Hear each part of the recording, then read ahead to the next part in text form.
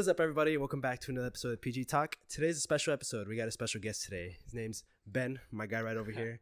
We met him, or I met him. Pablo met him, I think, like about a year ago or two. Yeah, it was however long ago that Logan Paul Mayweather fight was. That was last time. That was the first and last time that I met you.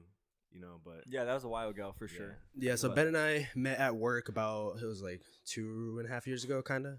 Probably about 2 years ago, because it was like at the end of 2019. I started then, and so yeah, probably around 2 years ago. Yeah, we met around there. We became pretty good friends, and he has his own shop now. But before we get into that, I'll go ahead and let him introduce himself for a little. Yeah, absolutely, man. So yeah, my name is Ben Cease. I'm 23 years old. I have a business in Indiana, and so I sell some energy teas, you know. Shameless plug. Yeah, shameless plug. Yeah. Sell low-calorie shakes, smoothies, iced coffees. Pretty much just a health shop. It's really the reason I really want to get into it was just to make the community healthier and to kind of it was awesome, you know, to be able to do my own thing. And so a lot of motivations, and we can kind of dive into those if it comes up. But yeah, so I have my own shop. I'm from Ohio. I moved out here whenever I was 19.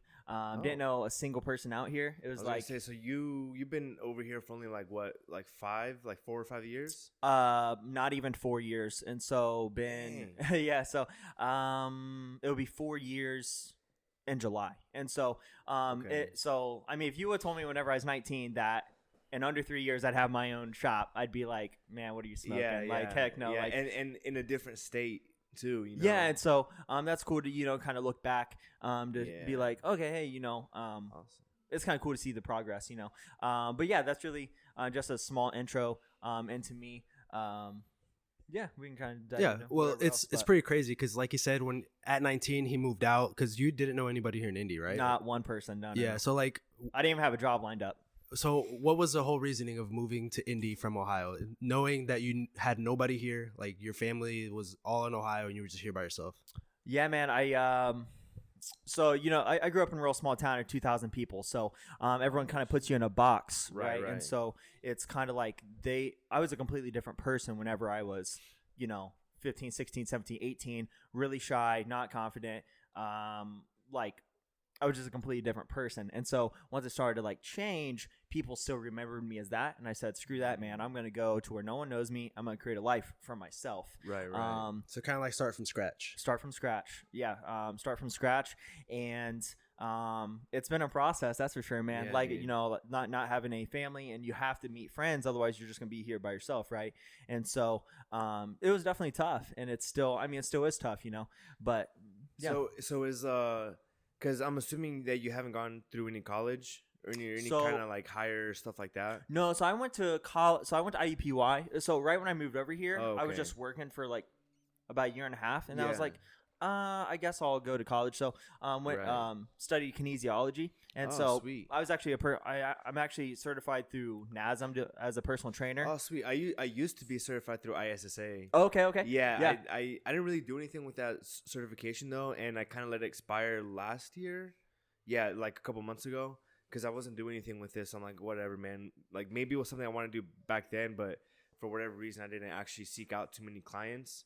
But so in college, you went through kinesiology. Yeah. So what did you want to do with that? Because I have so many questions. Because like you came over here and like you started you're in this business of selling shakes and healthy stuff. So it's super interesting because you came from a small town. Like you just said, you were shy, not really too outgoing. And that's news to me. Hearing that right now, that's news. Yeah, you look at him right now, he's like the complete opposite person. Yeah. This guy doesn't stop talking. I'm like, no way. I'm like, I would have never guessed that, you know? So I kind of want to know how you transitioned into that and where, like, what things lined up to kind of lead you where you're at now. Yeah, so, all right, so I'll just give like a quick overview, kind of like, a little like, okay, so whenever I first moved over here, I was like, dude, I just need a job. I just need some money. I worked at Panera Bread, right? And so I like, and coming from like, I worked my way up. I was a manager within 6 months.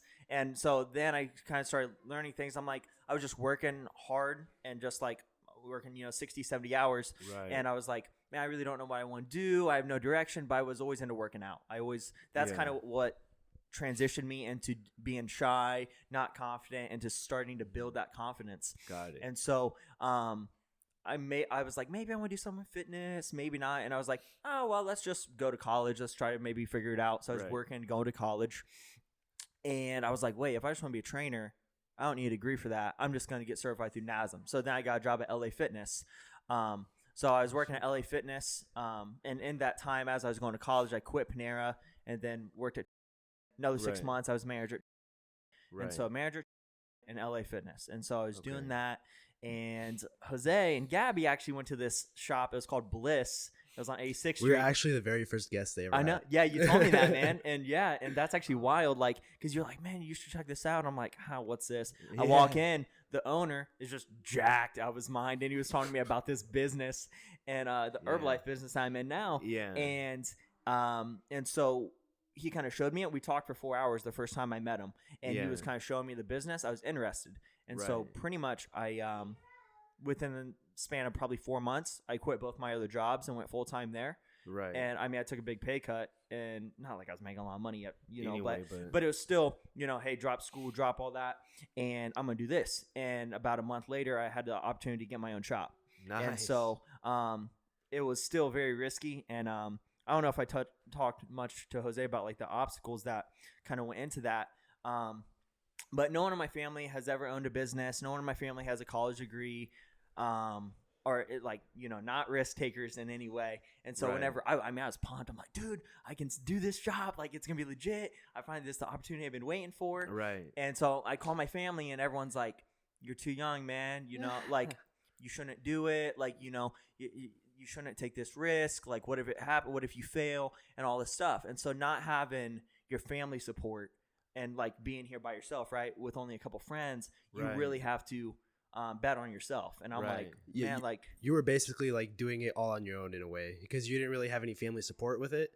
And besides like maybe the friends that you had here supporting you, but like to what you've told me and what I've known, like your family wasn't like too fond of you doing that. Not at all. And I mean, my parents are great. My grandparents are great. And they but yeah, no, like all my grandparents said, hey, maybe this isn't the time. And I'm like, when is the time then? I don't have a family. I don't have kids right now. Like, when's the time, right? Right. Because it's going to get more difficult. And I kind of had to take a hard look and like look at them as, as my family, but look at them as individuals of like, what have they done in their life? Right. Where are they at now? And why are they there? Right. Yeah. And so looking at that, I'm like, no offense, I haven't done anything great. You know what I mean? Yeah, and it's harder to do that with your family because, like, you see them as your family. They raised you. You've been with them your whole life since you were young. And whatever image you have of them, you kind of have to tear that down and break it down to like, all right, you're this person. You've done this is in your life. Take the good from them and then do whatever you want with that. But you're like, look, I'm going to go and do what I want. Yeah. Exactly. And so really just listening to having the ultimate belief in yourself of just like, I'm going to bet on me and I'm going to back myself into this wall because day one, when I say I put everything into the shop, like buying the shop, I mean literally everything. Like for me to buy food so I bought it June 1st. June 1st was the first day. For me to buy food, it was on the sales that we had that day. Shit. I mean, at one point you were contemplating like literally living in your shop. Oh, I was going to. If I could have broke my lease, I wasn't losing my shop. Yeah. Like I was going to. And then, like I'm there about 70 hours. And then there was a point starting in December. So this past December, January, and February, I was at my shop 70 hours a week. And then I was working for 20 hours. And so you were basically paying for a hotel just to sleep at, Yeah. Like wherever you were living at, you were just going there to sleep. Because with all the hours you put in at work. Yeah. And so, so I was working 90-hour weeks it's hilarious whenever people tell me, hey, man, you need to rest. I'm like, dude, I'm excited. I'm fired up. Like, I don't need to rest. I understand. But if I rest, I lose it. I lose it. It's like, it's year 2. What are we talking about? Like, I don't need to rest right now. And so, trying to get on top of, I was still working out 5 days a week, still trying to read. I was trying to finish. I was reading a book a month and still just trying to check all those boxes, constant progress. That's real. So it was just, it was a lot. Like, and so like kind of back to before I had the shop, I needed like a co-signer from like a bank and like, no one would co-sign for me. I'm so young. I was 22, had no credit or whatever. Right. And so I got someone to like, hey, I'm going to co-sign. And then not to say who it was, but the person that morning, like it was lined up for like a week. And then that person at 4:30 in the morning sent me a text, hey, can't do it. And so there, I lost it because I had all my hopes up. I said, oh, I got it lined up, man. Yeah. Shattered. And I said, right there, I could have been like, well, it looks like it's not going to happen. I said, F that, dude. And so I go to the guy I was buying it from. Hey, can we work out this deal? We got we got a contract set up instead. Got it. And so it's like, it's very easy. It was very easy to be like, well, that was it. And I mean, there's other like details that are more just like personal that like financially and stuff that's not really, I don't really want to share, but like that's just one obstacle. And so it's like one thing after another. And then once you start a business, well, the business has to do good for you to eat, dude. And so that's a whole nother thing. And so, yeah, man. So it's been a challenging time, but like I've learned a lot about myself in the past year. Right. Way more than, like, it's hard to like have a business, but it takes more out of you than what you think. Yeah, because like I always have dreams of like entrepreneurship and stuff like that. What I want to do is business. As far as business goes, is gym, like a clothing line would be awesome. Like a street line, something like that, like streetwear. Yeah. So it's cool to see somebody like you around my age. I'm only like 2 years older than you, but the fact that you're like, you know what, dude, I'm stopping everything right now. Like, and I'm doing it, and more or less like. I can, but can't do the same thing, Like, I could do the same thing, but it's a little different because, like, I have, like, I'm married, and... You have a wife, right? Yeah. So, like, I can do it, but at the same time, it's like, I want to set her up for her career, because she wants to be, she wants to go into dental school to be a dentist. Yeah. So, for me, just to drop out like that and have her start working again and do this and do that, take away from her schooling, I feel like it's a little unfair. And it's different in everybody's situation because, like, for Ben's example, I mean, like, you have friends here, but you, like, at the end of the day, you have nobody that you need to depend on or that anybody needs to depend on you. So, like, you could literally, like, do, in a way, whatever you want without having any sort of consequences of affecting anybody else. See, here's the thing. So, like, so, I mean, I'm single. I'm not married, don't have kids or anything. And so, like... because I've always worked a lot. I've always worked at least 70 hours a week. Yeah. And so that's had a strength. That's probably why I am single. Right. And so like, like to where, that's costed some relationships. Right. And so like, at what cost is it to like put all these hours in? And so like, cause I see a lot of my friends now, back at home in Ohio, they're getting married and, they're in their typical 9-to-5 job. They're cool with working 40 hours. That's not the life I want. Like, nah, dude. But sometimes I have a fear of missing out. I'm like, oh yeah, man, but they're getting married. They're getting these things. They're getting this house. I'm like, dude, like that's a sacrifice I have to do right now. Right. And that's only temporary, 100%. Like, once you get a good network around you with your shop, you can delegate more, you can 1,000%. start, like, if you want to take some more time off to either relax or start a different venture, and have a couple things running at the same time. You know what I mean? Like, it's super cool. And I'm not saying that, like, on my end, I'm just saying, like, once my wife does her thing, goes into, like, dental school and comes out and starts working as a dentist and starts getting that high salary. Yeah. All right, cool. I did my work. I'm cool, and now I'm gonna start doing my own stuff, and have a security blanket for me and a potential future family for me, just to kind of try things out, fail here, fail there. Yeah. With obviously financial consequences and other stuff, but not as serious. I can always fall back on her. Yeah. Bringing in a steady income. And that would be the smart thing to do for you in your situation, because if you were doing the opposite, like maybe. Like, you drop out of school, like, maybe for some of you don't like school anymore. You drop out of school, go full on YouTube, and YouTube isn't making you money for, like, 4 years. Then, like, Karen's would be stuck going to work, and then that just pulls you and Karen down into a really bad path. Yeah, so, like, dude. It's smart to have that stable income and then work off of, like, your side hustles until that makes you money. And... because I'll give you enough, like, space to fail and, like, because I mean everyone has, like, a different path, and, like, it's super awesome that you're, like, 23, you fucking going, like, that's fucking great.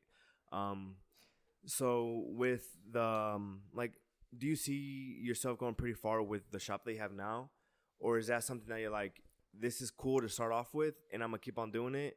But is it like what's like a passion project that I guess you could say? Oh yeah, man. Like I haven't done shit. Okay. Like that's how I view it. I have done nothing, and not that's not. Well, I'm sorry. Go ahead. Some people think that is me of like talking in my head. I'm discrediting like what I've done. No, I understand. Like I've made good progress, but on the grand scale of what I'm actually gonna do, this is 1%. Right. Nothing. Right. And so like I met with a tax guy, and he was like, so funny. It just shows like how small minded he was. He was a nice guy. He was a nice guy. He was like, fuck that guy. He was like, yeah, man. So with this shop, it would be cool. You'll have this for like 20, 30 years. And I'm like, I'm gonna have other shops. He was like, oh, you're gonna have other shops? What do you mean? Yeah, I'm gonna have freaking 20 shops, and I'm gonna do something else. I'm only doing this so I can get some freaking actual money, and so I can do a bigger business. Because we have this perspective in our mind, like, especially whenever you've never been around people with money. Like, I've never been around someone who's had a lot of money until the past year. I've had conversations with millionaires and stuff like that. I'm like, oh, this is pretty cool, Like, it's a different mind. And it's like, I used to think, like, $10,000 was a lot. $50,000 was a lot. $100,000 a year is a lot. I'm like, no, that's nothing. And, like, just that of, like, mindset of, like, so to answer your question, like, no, I want to be in a bigger businesses, right? But I know what I can make if I get 2, 3, 4 successful shops going, right? And plus, also, in the business I'm in, it's a multi-level marketing, and so I can get royalties from people I get signed up, and so I can go to royalty check, and so I'll get royalty checks on top of my shops, and then that can transition into something way bigger. And that's what I'm trying to learn sales. Like one skill I'm trying to learn right now, how to get really good at sales. So my shops burn down. I don't care. I'll go into sales. I don't care. I'll make freaking a ton of money. Yeah, because you already have all that knowledge of running a business and all the sales aspects of it. Exactly. And so, I definitely, I haven't felt like I've done anything yet. Yeah. So that's good, and I honestly kind of expected that answer from you. Yeah. But I just kind of wanted to put it out there for the podcast. Yeah. But like, I think that's great, man. Mm-hmm. You know what I mean? Because you mentioned you're really big into reading. Have you read this book called The Psychology of Money? No. Who's it by? It's in my book. I have it right here. My sister's boyfriend let me borrow it, and I'm currently reading it right now. Psychology and Money. Yeah. So it sparked because it talks about how you can take a look at it, but it talks about how your perspective of money isn't the perspective of everybody else. How everyone has a different perspective on money depending on how you grew up, and your elders and people who raised you on how they had a view of money. You get taught this and that, and then it kind of teaches you how some people are really risky with their money, and other people are super like, here's my money, I'm gonna just save it and I'm gonna hold on to it for as long as I can, and just why people are certain ways. And I don't know if I'm explaining it right. No, that makes sense. Halfway through it. It's making sense because, like, if you think about, because we get this, it's like we'll see someone driving a really nice car or something, be like, can you believe they bought that car?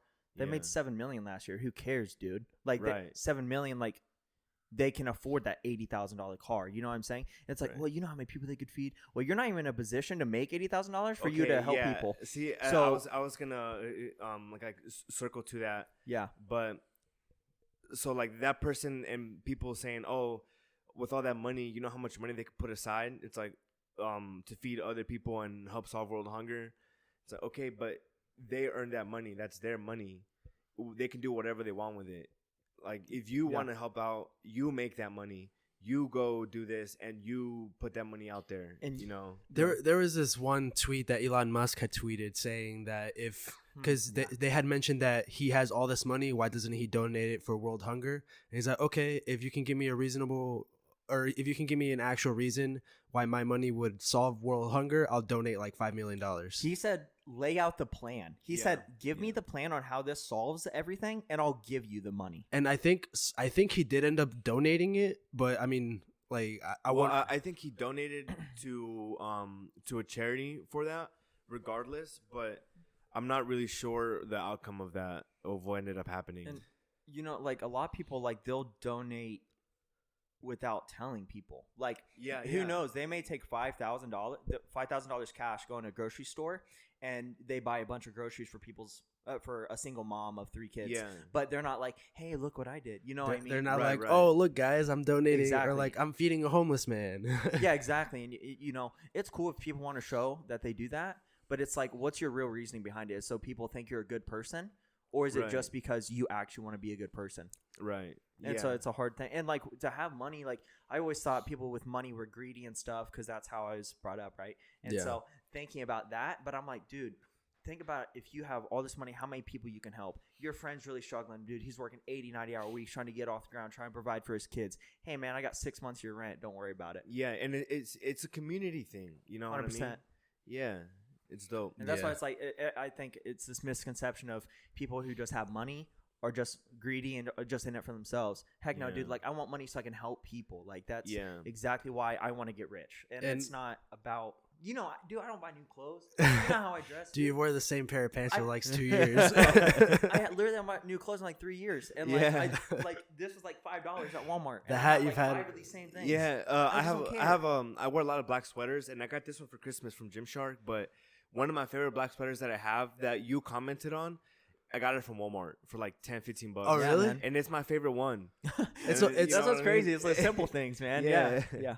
Yeah, I'm pretty sure you were like born with that hat or something. Oh, I've had this hat since I moved here, dude. It looks like it's got some wear on it. Yeah. Oh, dude, I haven't washed it. And like, like I'm telling you, like I just wear it. Don't wash it either. Bro. No, I got this whenever because Yeah. this is the gym. I used to go to a private gym called Iron Valley Barbell on 86th Street. Oh, I And- follow him on Instagram. Yeah, dude. The dude's follow, the gym owner, Zach Homo. He's a legit dude, man. He's freaking good dude. I actually paid him for personal training for a little bit, and and so I got to learn from him for a little bit. So that was cool. But yeah, no, this is this is the hat I Nice. have, and it's honestly I just wear it all the time because it's like my only hat. So I just wear it like I mean, like it, but I mean, it fits. It's not like you need another one. yeah, exactly. So yeah, it's yeah, man. But yeah, the concept how we think about money is huge. And just going back on like saying people with money are greedy, I feel like most people see that because they don't see too much people that have a lot of money either donate it to their friends that much, because when you have that kind of money, you donate it to the wrong person, they're like super picky about who they donate it to. I think, at least, or I would be, because if you donate it to a friend and they're like, oh, like, hey, I'll pay you back in like this amount of time, they never pay you back, bro, I'm not gonna give them money again. Yeah. Or maybe in that situation, I give him money that I'm okay with losing, and I know he's not going to pay me back, but that's probably be like a one-time thing. I saw Kevin O'Leary from Shark Tank. Yep. And he said this about money. He said, if a family member asks me about money, he's like, oh, I'll pay you back. And he sits him down. He said, listen, our contract is I give you this money, but the thing is you never ask me again. You don't pay it back, but you never ask me again. Yeah. And dude, that's a great way to do it. Yeah. Like, that's really smart. Yeah, because it's tricky with, because you want to donate, you want to help family out, but you don't want to get to the point to where they're constantly asking you and you just become their bank. Yeah, where Dude, like they're just depending on you. Yeah. If someone's not freaking working their butt off and really trying to make things happen, you can tell. Like so. Yeah. I mean, words don't matter; your actions matter. And so you get people saying that. So if you see someone who's always begging for money and they're working 30 hours a week, not doing anything else, it's like, no, I'm not giving you money. But if you're working 80, 90, you're working 3 jobs. Oh, I'd love to help you, man. Mm-hmm. Love to. Yeah. But yeah, it's just But yeah, man, it's like the whole but like also about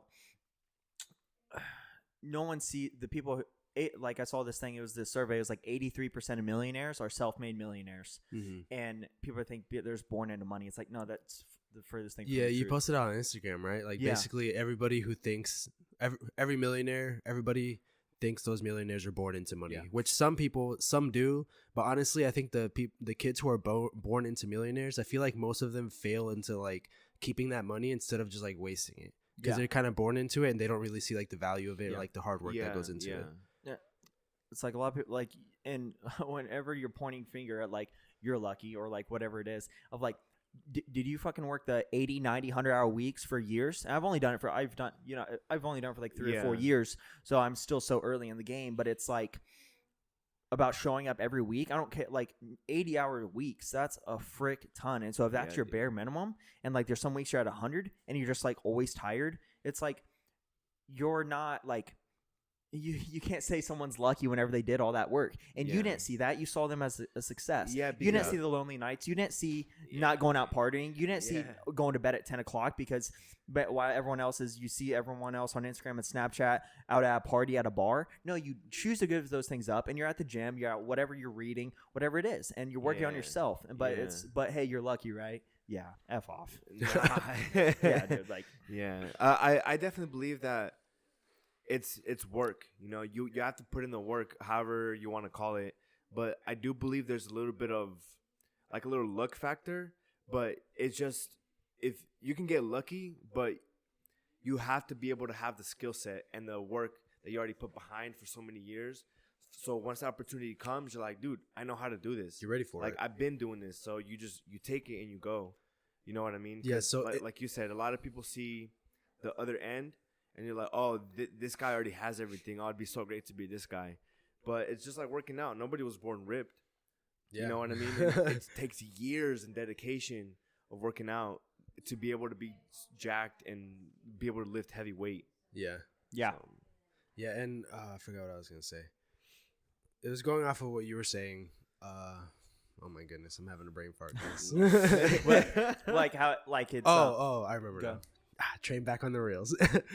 So you were saying like with the luck and everything, I also agree that it's like people who made it also had luck, but the only reason they had that luck is because they put all the hard work and like you said, like the skills that they had from all the hard work that they did, they could take more advantage of that luck, that little luck that they had, and like make it something bigger. So someone could call the opportunity that I got for the shop lucky. Because like the position, like I knew Jeremy, who he knew the guy who opened that shop, and the guy reached out to Jeremy and said, hey, I got a shop for sale. Do you know anybody? And I just so happened to go full time at his shop, and I gave up everything else. But somebody like, oh wow, that was lucky you had a position. No, I took the freaking risk, dude. And so like no one sees the background. No one. And and it's not like he would have asked you if he didn't think you could do it. No, he didn't ask me. I told him. You told him? Because I don't talk about financial stuff. And he didn't think I had enough money. And I was like, oh, man, hey, man, I can buy this. Like, I can make this work. And he said, oh, really? Like, and I said, yeah, man, like, I'm ready for it. Like, let's freaking do it. Yeah. And he was like, okay. And so we started getting things in motion.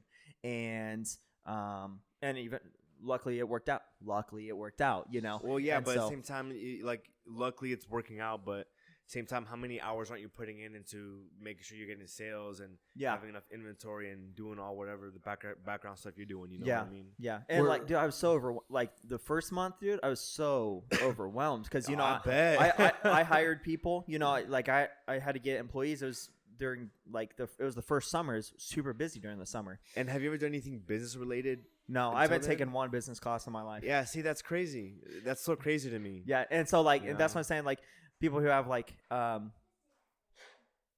I mean, I've read a lot. Like, I'm not smart, dude. I didn't get good grades. I'm not smart. I listen to people a lot smarter than me. Yeah. I just take bits from them, and I just like try to apply it. Like, so, like last year, I had a goal of reading like 24 books, and I read like 15, which is all right, you know, that's a little over a book a month. But this year, like, I'm on pace to read 24 books. Nice. and like constantly listen to podcasts, always listen to new perspectives, new information. Like, that's what's awesome about this day and age. You can listen to CEOs of Fortune 500 companies. Yeah. At what point? Yeah. And so it's like people are like, oh man, I don't have the resources. My upbringing. After your upbringing, dude, I know you go through some things, right? I'm not saying. I mean, sometimes you're just dealt a shitty hand, right? Yeah. But like that's not your fault, but it's still your problem, and so you still have to deal with it. Yeah. And so, whenever some people will say, "Well, hey, you don't know what I've been through," motherfucker, you don't know what I've been through. You know, so I'll just turn right back on you. You don't know what I've been through. Yeah. And like how you said you were surprised that I was shy and that I was all these things. It's surprising to people, and that's why people say that to me. Well, you don't know what I've been through. You don't know what I've been through, dude. Yeah, yeah. And so, like, that's just the always thing. Like Jocko Willink, dude, I love him. He's like the number one guy that I listen to. He's a former U.S. Navy SEAL. Yeah, I know about him. I watch his podcast. Because you're in the Marines, right? Yeah, I was. Yeah, I did 4 years. So. Yeah. Him, David Goggins, and Dakota Meyer was recently on Joe Rogan. I like him. I listen to his stuff, so it's all inspirational stuff, you know. Like, absolutely, I love listening to it. Fires you up. Yeah, when I was in the Marines, I had like my biggest like motion of like going and doing good. And one thing I would do, and I want to get back to it again, but I have to buy like audiobook subscription service or whatever. But I would listen to audiobooks instead of music in the gym. Yeah. You know, like self-help books or like motivational stuff while I was in the gym. It's hard, you know, because like you're working out, you want something to like pump you up, like music, and you know, like music gets you going. But at the same time, it's nice to kind of, while you're taking a 1 minute, 2 minute rest, you know, you're focused on the information that's coming into your head through your earbuds. Yeah. You know, I love that. Yeah. And it like helps you get clear of like if someone asks, we've all seen it. It's like, well, how do you define success?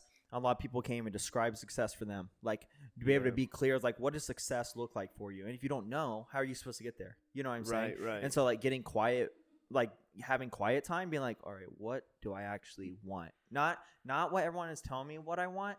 What do I want? You want? And like that's hard to like really distinguish like what you want. And for some people, success is like really simple. Like they have a full-time job, 40 hours a week. They have a family. That's their success. And there's nothing wrong with that. Yeah, and I have a story to share about that because, like, I always think because you always hear people talk, you know, and like you said earlier, actions are way louder than words. Because I always hear people say, "Oh, I want this, I want that," but they don't try. They go to work, they do their bare minimum. Like even at work.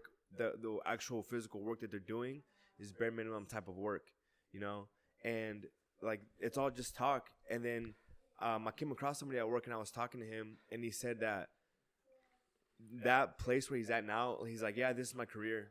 And it kind of, I was like, what? I'm like, are you sure? He's like, yeah. He's like, I don't really have much drive or whatever like you do, like doing the podcast and YouTube and this and that, which is hard. It's hard to wrap your brain around that. Yeah, but like some people are okay with that. Yeah. And I mean, not everyone's going to be a millionaire, but. Because we need people to work those jobs to keep the economy running. I think as long as you're doing what you want to do. You know, he found his job. He's providing a stable income for him and his family. His wife is the one that's more like, all right, I'm going to do this. I'm going to go become a CEO here and do stuff like that, you know. Oh, his wife does that? Yeah, his wife does more stuff like that, but. It just kind of blew my mind a little bit and made me realize that there are actually people out there that are okay with just finding a normal job, working it, doing whatever, and then calling it quits and retire from there. Yeah. I was just the book I'm reading right now. It's called "Be So Good That They Can't Ignore You," and it's talking about why skills are more important than passion. And it's because you always hear follow your passion, and this guy's kind of going against that. He's talking about like why skills are more important. And where I'm going with this is he has there's three qualifications on why people who love their work and are who are so passionate about the work they do. Right. It meets these three things. One, impact. You have to feel like your work is meaningful and you're making an impact on people's lives. Right. Second, you have to have control, because I mean, if you've ever had a boss saying, "Hey, do this for me," or like whatever, you feel out of control. Hey, you have to be here at 8 a.m. and you get to leave at 3, right? And so it's like you're being kind of controlled. That's just a normal job, and that's cool. And then number 3 is creativity. Kind of being able to put your own spin on things. And like all the people who love their work, these are the 3 things that have in common. Right. And so I'd almost challenge, almost question, be like, hey, is this really what you want to do? Or are you really just are you scared to lean into what you really want to do? Right. You know what I mean? Just because it's harder, it's less convenient. And like, I fully believe that some people are okay with 9 to 5s for sure. But is the vast majority of people? I don't think so. I don't think so. I don't think so either. And so I'd almost ask that question. That guy's like, are you sure? And maybe he is one of them that he's cool with it, but I don't think a lot of people are. I talked to him and he definitely is okay with it because I've known him for like almost a year now. Yeah. And he's never expressed any more, you know, and I talked to him and he's like, yeah, I'm just doing my thing.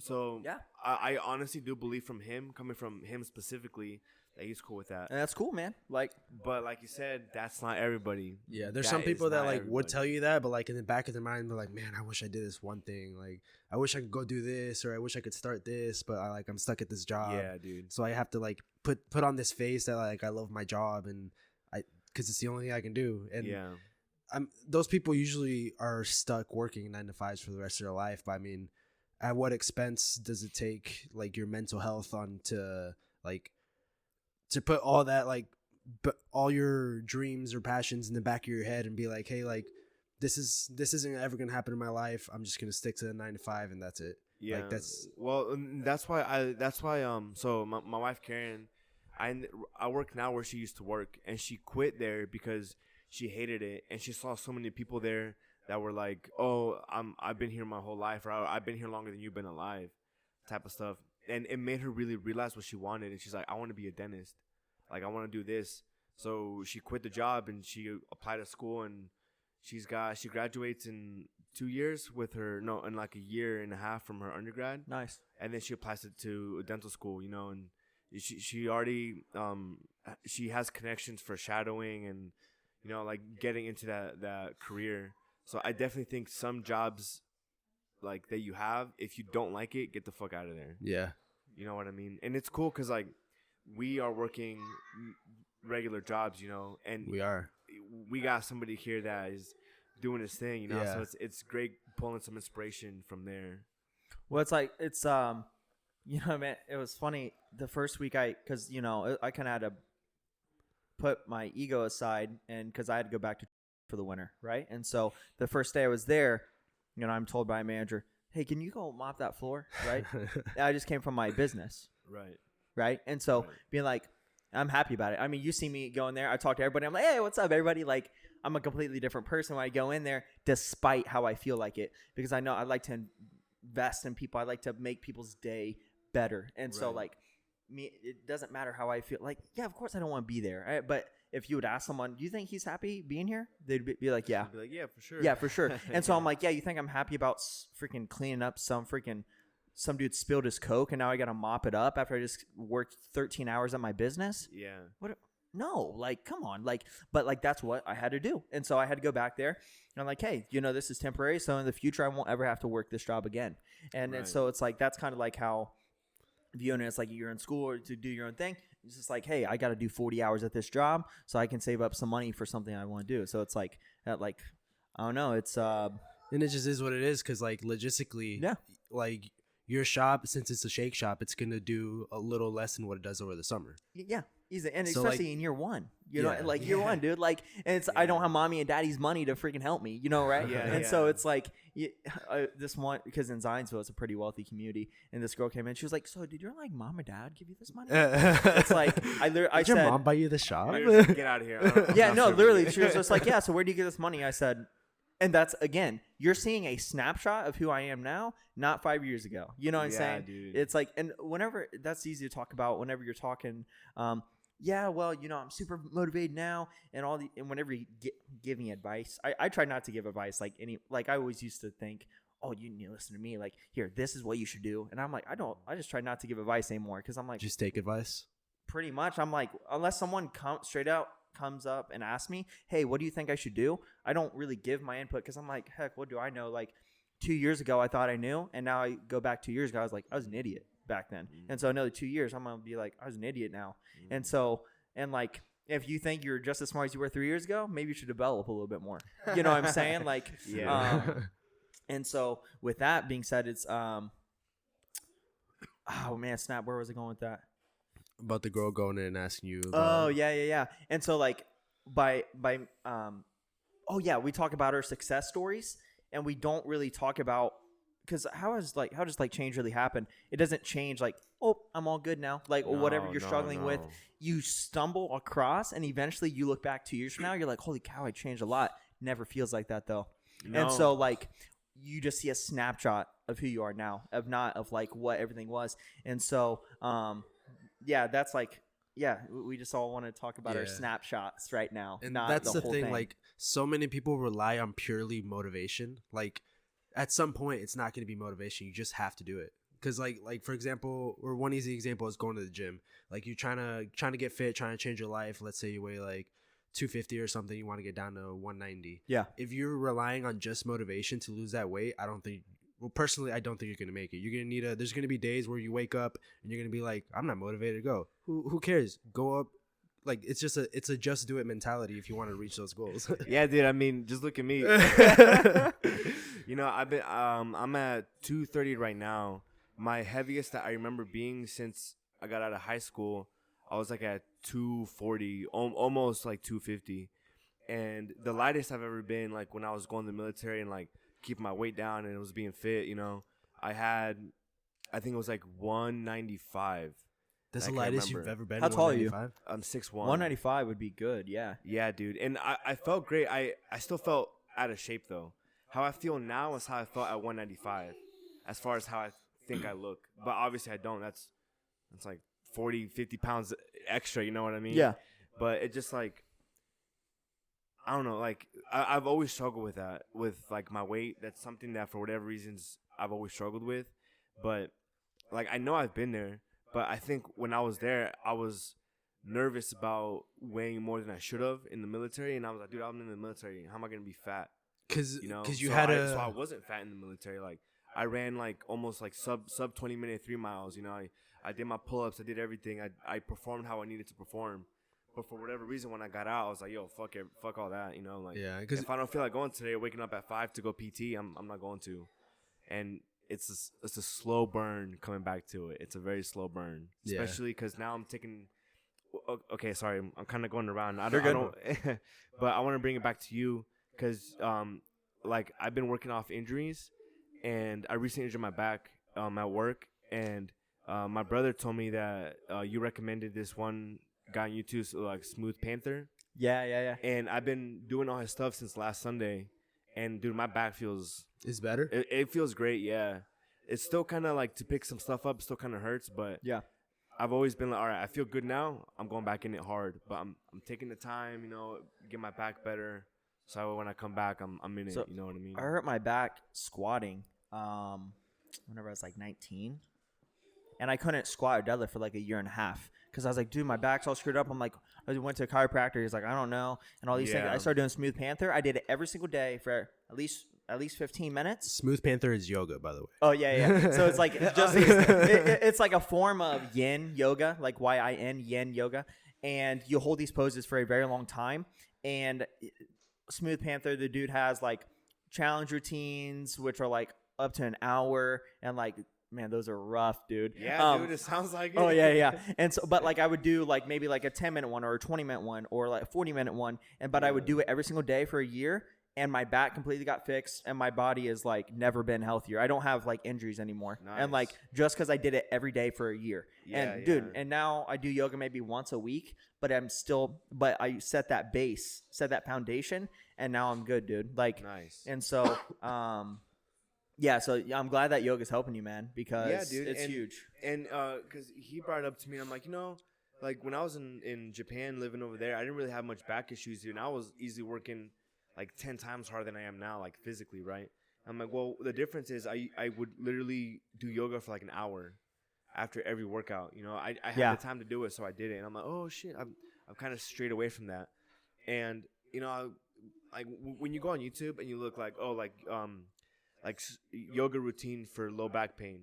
I'm not putting anything like negative out there or whatever, but it's always all these like girls doing like all these like yoga poses and stuff. And I'm like, that's not really what I want. You know, I want somebody who's like a big muscular dude, and like when you're doing the yoga workout, you're like, all right, I see this isn't just yoga. Like he's kind of explaining why that certain position's helping you. Yeah, or it's just more like, all right, I can tell this dude lifts, and he lifts heavy, and he's doing yoga, so I can see how it works. Because have you squatted and deadlifted pretty frequently, like in the past and stuff, like where you focus on those like main movements? Just powerlifting. I love powerlifting, but my numbers aren't really good because of my back injury. Yeah, and that was my problem. Like I got the past like 2 years, I've like boxed quite a bit.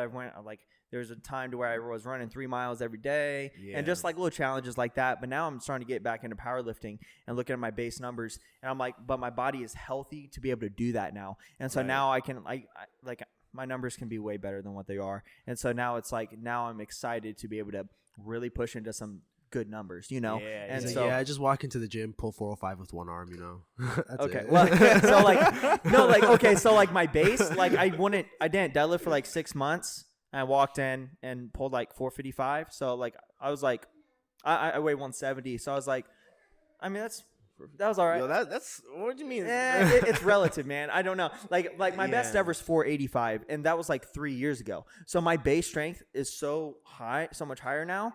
And so like my best squat like 410, and so like but I was like 200 pounds then, and so that's a lot different now. So I can squat, you know. So I have some goals I want to hit by the end of the year. Yeah.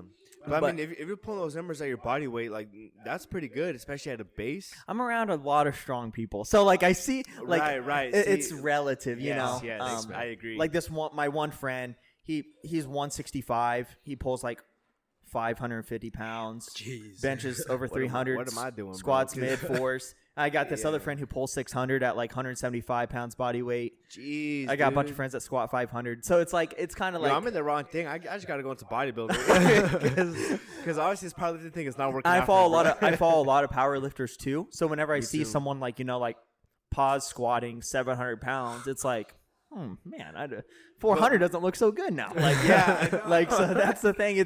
I'm not gonna lie. Like 2 months ago, I said. I unfollowed a bunch of powerlifters because I was like, I can't keep seeing this, man. Like, it's so demoralizing. Yeah. I got to stop. Yeah, especially because you used to go to Iron Valley, and there's a bunch of monsters over there. They have this board to where it's like a bench, squat, and deadlift board, and they have numbers. So it's like, if you want to you look at it, just get depressed. The bench board, for you to be able to be on the bench board is 315, then 405, and then 315. No, 300, 400, 500. Okay. And there's like 7 people on 500, like 15 on 400, and like everyone and their mother on the 300 pound. Yeah. It's like, God dang it, dude. I'd be happy if I just made it on that 300. Literally, bro. my bench is trashed. So I was like, dang it. Like I was, and so, it's really all relative. But yeah, powerlifting's fun, man. It's yes, it is. It's as long as your body's healthy. Yeah, yoga's huge. It's something I'm learning, like how to take care of it after the workout with like stretching, like warming up properly and stretching afterwards, because all that takes in a role into how you're gonna do in the gym. You know what I mean? Yeah, 100%. And so it's Jose's gonna squat 405 here soon. Yes, beltless, dude. Beltless. Once he throws a belt on, I was telling an animal. If you guys haven't seen my recent YouTube video, Andy squatted 495, and I was telling him, I'm like, hey man, as soon as I hit 4, don't follow whatever I'm doing. It's just an ego thing for me. As soon as I hit 405 beltless, I'm gonna start using a belt on squat. Obviously, if your back is completely like hurting or you need to use a belt, there's no shame. Like, that's just me. That's just my fucking ego. I want to hit 405 beltless. Me too. And as soon as I hit 405 beltless, my goal is to do it by the end of the year, 2022. You'll see it on my YouTube channel if I ever do it. I think you get it sooner than that. By the end of the year. Yeah, I mean, you're at 365. Yeah, but I failed it the other day. Oh, he exposed himself. I did. I was going to ask about it. You were going to get it. I wasn't going to say it. That's something that didn't make the YouTube video. Dude, you could for sure, like, if you hop on like an 8-week powerlifting squat program, you're doing it. You're hitting for sure 385. Yeah, well, because you did a bench program and you hit 225, and like your numbers were skyrocketing. Small off? Yeah, man, we all did. Yeah. Oh, you did that too? Yeah, I hurt my shoulder. Freaking. He showed up like twice, and then. No, because we were benching 3 times a week, and I don't even barbell bench anymore, dude. I just do dumbbells. Like, my dumbbells are getting decent, but I don't barbell bench. I think you were at the point where your shoulder. Yeah, you messed up your shoulder where you couldn't bench like 95 pounds, right? Dude. Yeah, I couldn't even bench 95 pounds, and my max 135. No, I'm just saying. I'm just kidding. I would try, because you ever see people in the gym that like are super explosive? Yeah. I'm like one of those people that are super explosive. Like, I'm moving it fast or I'm not getting it at all. So I'm like that on bench. I get real excited when things are moving, and I like freaking don't control the weight down. I just like, and then so all that weight goes right into my shoulder. Yeah. And that's what happens. And so I just do dumbbells now, really controlled. And dumbbells don't bother you at all? No. And so so I can like no, not at all. And so I've just been like doing those. Because I'm working off a shoulder injury that I got from benching too. And what I've been doing is I'll grab like a band, like those like ones you kind of use. Yep, I have some. Yep, the small loop ones. Yep. well, I'll put them around my wrists, and with the dumbbells, I'll come up, and it's either 1 or 2 or whatever. But sometimes I'll do 1. So I have my right one has the dumbbell, and my left one doesn't.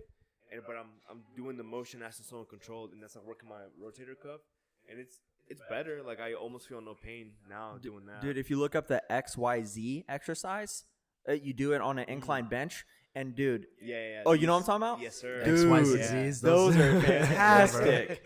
Yeah, man. Whoever came up with those, man, yeah, those are great. So I don't know if you've done those again, but it's part of that. I'll do that, and then. Once I'm done with that, I'll turn around and do the same shit. Yeah. You ever do have a kettlebell, have it reverse up in the ground? And go like that? Yeah. Yeah. Man, all right, you already know, man. You already know. Yeah, dude, that small off program completely kicked my butt on bench. But run it on deadlift, you're a real man. I ran it on squat, bro. It's so tough. That's how. So I ran the small off program on bench. My previous PR was 175 on bench. Nice. Then I hit 225. And then, yeah, man. As soon as I hit it, I racked it, and Trey was there with me. I looked at him like, "Hey, man, do I get a card for this or something?"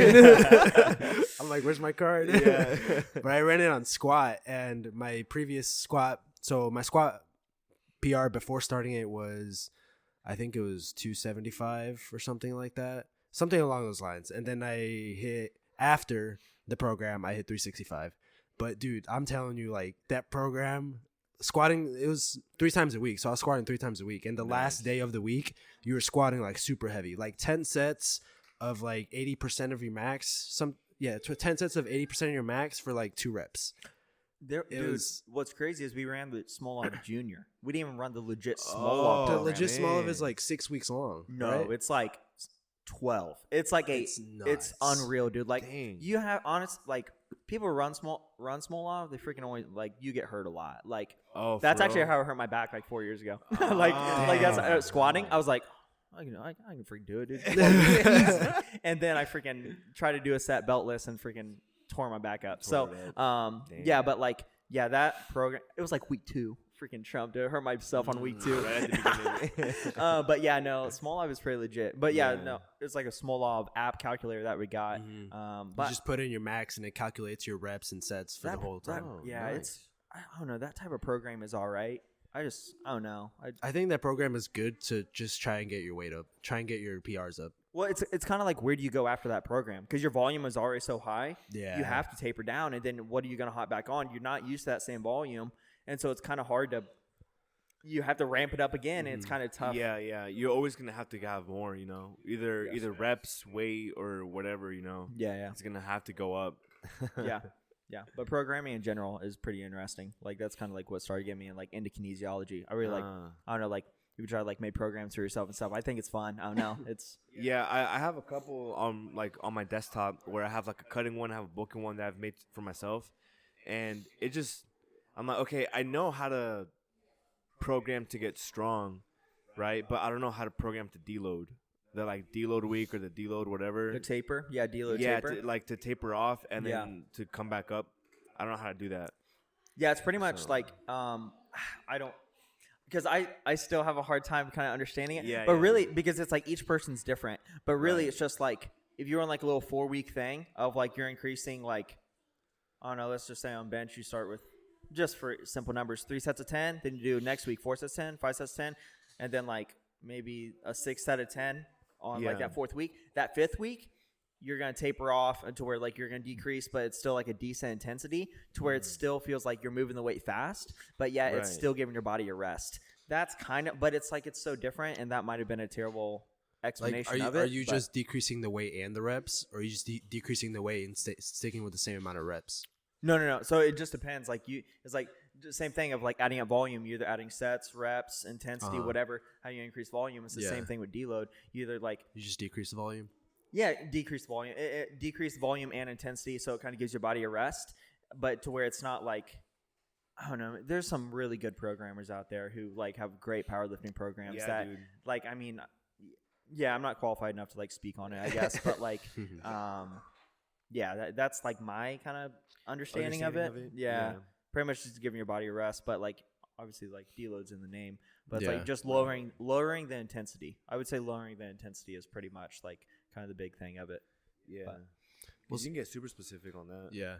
Speaking of qualifying, there's just one specific topic I really wanted to ask you, and I know your thoughts on this, and I think I know yours, but it's kind of like heated and controversial. I love it.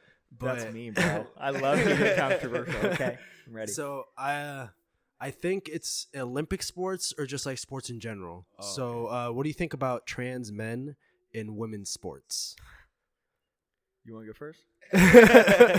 Yeah, I think I've brought it up on the pod before, but there's the specific example of I can't remember his/her name, but when this person was a male, he was like in the mid 400s ranking in the men's, and then becomes a woman, was seen from one day to the next, didn't have any like surgeries or nothing. He just was like, hey, I'm a woman now, you know.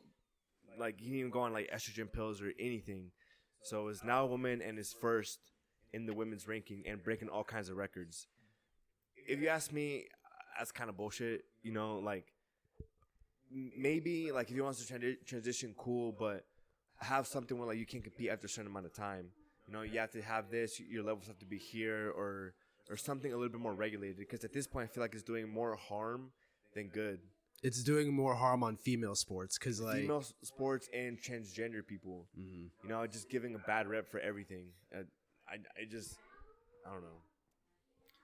What do you got, Ben? Yeah, man. So, you said he was ranked like 400th, whatever. Yeah.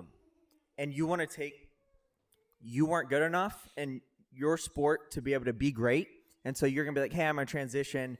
And I'm gonna take away from these women who work their ass off. Yeah, dude. And then you want to be proud of something. It's pathetic, man. It's freaking pathetic. Like, I don't know how you like. Yeah, it's infuriating, isn't it? Oh yeah, it makes me mad, dude. Because it's just like you were so mediocre that you feel like you have to take away from somebody else, and you have to like. It's in a sense of just like. Because I wasn't good enough here, I'm going to go into something else to where knowing I can be great at it and I can get recognition. How about you just freaking – I don't want to say – do the work. Like it's like, okay, you're mid 400th, dude. Okay. You know what I'm saying? Like I can – yeah, I'm not going to say anything else. Yeah, I mean, I have the same view as you guys. I mean – if the guy is 400th in the sport, obviously he's not good at it, or he needs to do something to be better at it. Yeah. But like Pablo said, it's putting a bad rep on transgender people and female sports because like this guy, like he or they went into the women's sport, completely knocked all the records. It's like, it's simple facts. It's just genetics in a way where if he's actually like doing the transition, I don't know if he is or not, and if he is, I mean, it is what it is. It's his life or their life, sorry. But like, I just don't think there should just be like transgender sports if that's what they want to do. Yeah, and I kind of agree with that. Where if you do want to like transition or whatever, and you should have like a different division that is specifically for transgender people. You know, that, or if you are gonna compete in the other sport, because, bro, if you're gonna have a woman transition into a man, I'm sorry, but you're not gonna keep up with all these men who went through puberty as a man. You know, because all the bone structure, muscle density, and everything. Exactly, like this is super. Could you imagine someone in just like the G League of the NBA be like, oh no, I'm a chick now. Goes in WNBA, scoring fucking 80 points a game. Well, 80 points. Like a couple years ago, the women's U.S. women's national team, the soccer team, they went up against a team of like high schoolers or something, and they got wrecked. Oh bro. yeah, dude. They got annihilated. Yeah, that's crazy. Yeah, it's nothing. It's just like, oh well, you're a piece of shit because you say men are better than women. No, biologically. Oh, I got something. You know, it's just like biologically. Not like, okay, let's say 200 years from now or 400, 1,000 years from now, people are digging up our bones, our graves. They're gonna identify us by our bone structure. And like, if this is male or female, by bone structure. Some people want to look at the science only certain times, only when it proves their point or whatever it is. Their point. Yeah, and it's just like freaking. Okay, so back to like the gender stuff, but did you guys hear that about the women's soccer team and their lawsuit they had wanting equal pay? Yeah. Did you hear anything about that? No. So here's kind of the breakdown. A couple years back, the women started this campaign and filed a lawsuit against U.S. soccer because they claimed pay inequality between them and the males, right? So the women, no matter what, were getting paid. I think it was like $12 million, right? No matter how many games they played, they could have a season with no games. They got all their money, they got all their benefits, all this great stuff, right? Meanwhile, the men had another contract where they got paid by the game, right? So if they had a season with no games, they didn't get anything at all, you know. But they had the ability to make more, depending on how many games they played, if they won, the tournaments they played in, and all of that, right? Yeah. So they started this lawsuit, and it got heightened a lot through COVID, because the women got paid, the men didn't, and they're like, all right, you know what? We're not getting paid enough.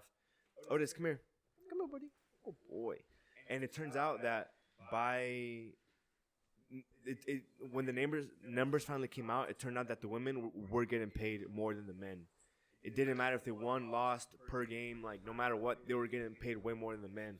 And they even got offered the male's contract, and the women denied it. They turned it down. Yeah, they said, no, we want equal pay. Well, who's fighting for equal pay? You guys, or the men should technically be fighting for the equal pay. They turned it down because at the end of the day, men bring more eyes, or like men's soccer brings more eyes, or like more tickets bought into their games. And if they were to go into that contract, they'd be getting less money than what they do now. Yeah. And talk about like the NBA people. Whenever some chick from the WNBA says something about, hey, we don't get paid as much as the guys who play in the NBA. Yeah, because we want to see LeBron jam on somebody, dude. Freaking dunk. Are you dunking on somebody? No, your game. Yeah. You're doing layups, okay? And I'm not saying like it's just not as interesting to watch. Like I'm not turning on a WNBA game. It's like, oh, well, you're sexist. No, it's just I don't want to watch. Well, women's sports are great. Like we have nothing against women's sports, but like we're just stating facts. It's like I'm saying it's boring. WNBA. Ben doesn't boring. like it, but we do. Okay.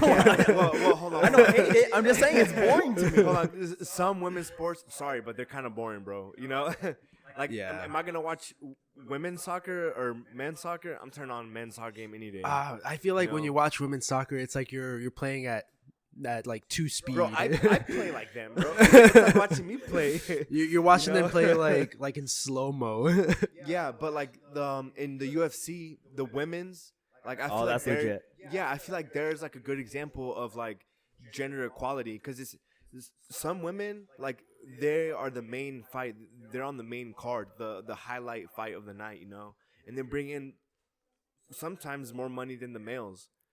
You know, like this chick Amanda. That's how it should be. This one girl, Amanda Nunes, dude. Yep. She won like I don't know how many fights in a row, and everyone's freaking pumped for her fight because she just wrecked every chick ever. Yeah. And, okay, all the way back to Ronda Rousey days, there was like an average UFC fighter completely destroyed her. It was like not even close. Like they fought in like it wasn't like obviously a pay-per-view, but they were in training, and he just completely destroyed her. It's like obviously like, but she was like would just wreck through all these women.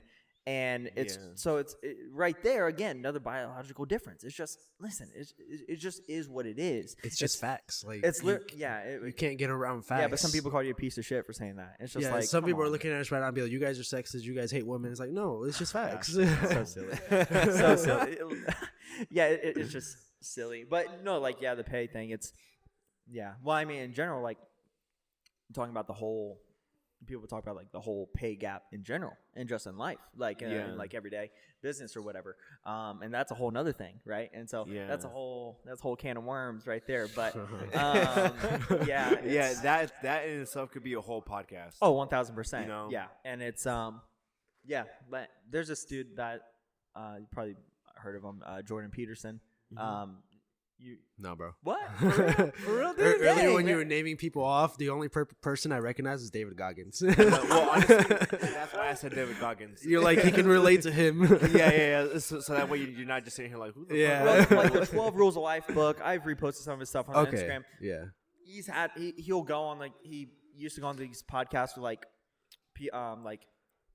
the name of the People's Podcast literally was like about feminism, and he would go on there and they would talk about the pay gap, and he would list off all these reasons, boom, boom, boom, boom, boom, and the ladies would be like blaming the patriarchy and things like this on like why the world is how it is. And you're right, it's a whole podcast, and honestly I'm really not that qualified enough to be able to have a full-on discussion about it, really. The only things I know about that stuff is stuff I listen from other podcasts. Yeah. But I tend to feel like I listen to podcasts that aren't specifically one way, and if I do feel like they're coming too hard in this direction and then I see the other side, I'll purposely go out and look out the other side. Yes, that's great. So that way I'm not just I'm this and I'm not paying attention to anything else. You know what I mean? Yeah, because like I used to be like that hard a couple years ago. Dude, I only wanted to listen to things that agreed with me. And now, I mean, my views have changed completely. I mean, I grew up in town, 2,000 people, very conservative, very, very single-minded. And so once I move over here, I start to kind of right? And so and the crazy thing is like stuff you say today, like tomorrow or like years from now, you'll be like, dude, I'm an idiot for saying that. 100%. Because you're always gonna change. At least you should be if you're growing and you're becoming a better person. Yeah, exactly. Yeah, freaking. Yeah, but I think you would like Jordan Peterson. If you look him up, I think you would really enjoy his stuff. I can see Ben in the future being a Gary V type of guy, going to garage or yard sales, be like, hey, you see that one video I sent you about this one guy impersonating Gary V? I love whenever people impersonate Gary V. Yeah, it's so funny, bro. They'll be like, I'm 76 years old. You're fucking young. You got time. It's like, yeah. So everything you have, start now. And dude, I love those impersonations. I used to be real big into Gary V. Not that I mean, I still like the dude, but I haven't listened to him as much. But yeah, he's really into those NFTs, man. And he's kind of running that world right now. Oh, yeah, dude. Yeah. He made like $100 million in 6 months from NFTs. Yeah. Dude, ever heard about Alex Hormozy? Yeah. He was on Graham Stephan's podcast. You familiar with that? Have you heard that name? No. Well, so that's a new name. He's very good. Like, so he was talking about, I was listening to his podcast yesterday, and he was talking about the one with Graham Stephan, or just no, just in general. He has his own podcast. It's called The Game. But he talks about that specific podcast was talking about the longer you wait to ask, the bigger the ask can be. And so his example was Gary Vee. He said, when's the last time Gary Vee asked you to buy something? Never. Like, literally all these years he's been building his brand. And then he had the payoff of the NFT. He had his ask. His ask was ginormous. Made $100 million 6 months. Right? And to where, like, he could have direct sold, hey, buy this, and like every couple months, right? And those sales would have done fine, but he waited to ask, and that was his ask. And think about how much, and you know what I mean? And so he was talking about that. Like, it's like, because you look at all these people, they'll promote something for a month. Hey, buy our shirts. That you only spent 1 month trying to build something, right?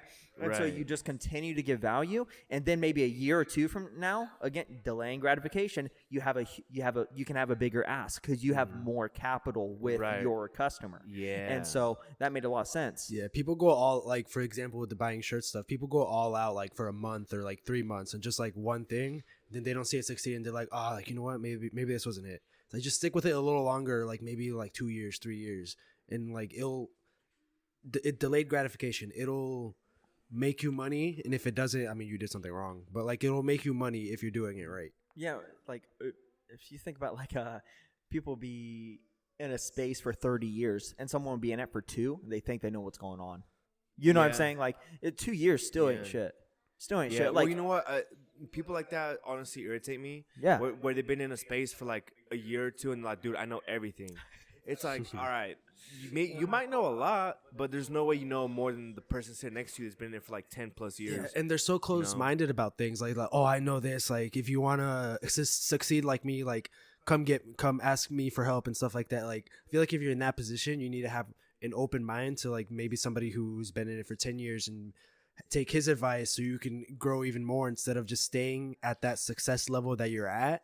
And just staying there for the rest of your life instead of taking the advice and then like maybe boosting it. Yeah. Like what is the number one indicator? Results of like, oh, hey, you know how to sell things? What have you sold? Yeah. Oh, nothing. Okay. Don't talk to me. Numbers tell everything. Yeah. And so, yeah, exactly. Results matter. I don't care about what you want. Like, because like I'll get in that like, with the business, I'm like, oh yeah, I know how to sign up distributors. I know how to, like, sell the products. How many distributors you got under you? 2.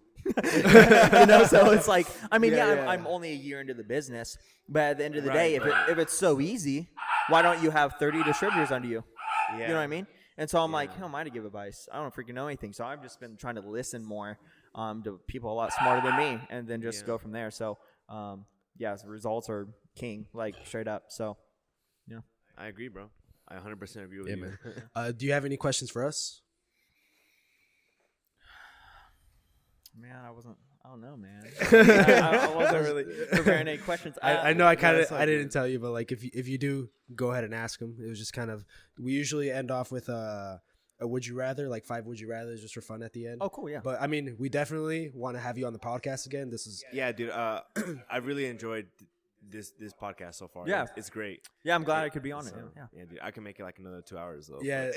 Yeah, I feel like we could have a very long podcast, like, for sure. Just like one little question, pick in your mind. We're going on for like 40 minutes. Exactly. Nice. And there's so much more we can dive into it, but because, like, man, I'm like, we don't have to dive into it now, but I was like interested in, like, whenever you're in the Marines, like, that experience, because I'm really into, like, military stuff, and so I'd love to be able to pick your brain on that. On the next one, whenever we can do this again, we can talk about more of that stuff if you want. Yeah, for sure. I don't really share a lot. Yeah, if I'm being honest from that, but it's super interesting stuff, like, because you don't hear a lot of perspectives. Like, my dad was in the Air Force for 25 years. Nice.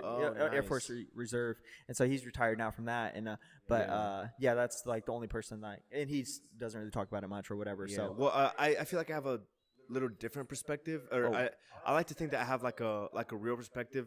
Obviously, everyone's experience is dependent on their experience, right? Yeah. So from my experience, I have a perspective, and I try to be very observant while I was of everybody around me, and I have a lot to say about it. It's good, but you have to make it good. You know, I get what you're saying. It's a lot of bullshit, but you get in what you want to get out of it. Okay, I gotcha. Yeah, that'd be awesome to talk about later. For sure. Yeah. So if you guys want to see Ben on another episode, comment down below. Regardless, you will see him in another episode. But please comment. Yeah, nobody ever does. I'm so sad. We'll go ahead and start with the would you rather. Gabs. Oh yeah. I heard the virus say, hey. Yeah. We'll go ahead and do 5 would you rathers. We'll start. I'll answer first, and then we'll just kind of go down the line. Okay. So the first one: would you rather go into the past and meet your ancestors, or go into the future and meet your great grandchildren? I would probably go into the future and meet my great-great-grandchildren, because ancestors, I mean, you can kind of just pick your parents' minds about it and be like, hey, like, do you know about them or something like that? In the future, you have no idea what's going on in the future. So that's my answer. For sure the future, because, I mean, like, especially with, like, think about how much has changed the last, like, 20 years in technology. Think about what it's going to look like then. So for sure the future. 100 years ago was the 1920s. That's crazy to think about. 1920s, dude. Oh, gosh, dude. Imagine 1920s, people are like this in a podcast. No way. No. I think, honestly, I'd go in the past, and I'm not just trying to be like contrary to you guys, but it'd be cool to go to the past and, like, learn from your ancestors and, like, know where you came from and all that stuff. That's interesting to me. Cool. All right, so would you rather have more time or more money? Honestly, I know my answer. I think I would have more time. Yeah, just because with more time, you can make more money. You can't really necessarily make more time with more money. No, that's easy. Time. Yeah, it's more time. Easy. That's crazy. I go more money. All right, I think easy time. Yeah. I would go more money. Okay, if I'm being more honest. money. We'll do one more. So would you rather be able to talk with the animals? Sorry. Would you rather be able to talk with the animals or speak all foreign languages? Ooh. So, like, be able to know what Otis is thinking, or be able to communicate with everybody in the world? Oh, yeah. I guess I'm going first, right? Yeah, bro. I'm over here looking at you like, I'm looking at you. I'm like, okay. Yeah, I'm like, oh, shit. I think I would know what animals are thinking, or talk to animals. Talk with animals. I think, hands down, be able to speak all foreign languages. I would be able to have way more impact in the world if I was able to, like, communicate with everybody, make way more money, be able to impact way more people. I think I talk to animals. Yeah. Yeah, so I could talk to sharks and be like, "What's down there, bro? What's really down there?" Yeah. Or I could just be like, "Yo, you know anything about aliens?" Like, yeah, I am one. Yeah. All right. Yeah. So that's the last one. Like I said, if you guys want to see Ben back on the podcast, drop a comment and don't forget to like, subscribe. And Ben, do you have any last words? You want to plug anything? Your shop? I'll go ahead and pop up your shop right here so they can check it out. Oh, cool. Yeah, appreciate it, man. No, I was just looking forward to being on next time. Yeah, it was awesome. Good conversation. Thank you. And I appreciate the drink, man. Oh, yeah. It was good? Yeah. You don't just have to say it. I'm just going to finish the last part. Oh, yeah, nice. Yeah. Shop name is Live Healthy, Be Happy. And we'll see you guys in the next episode. Cool. Peace.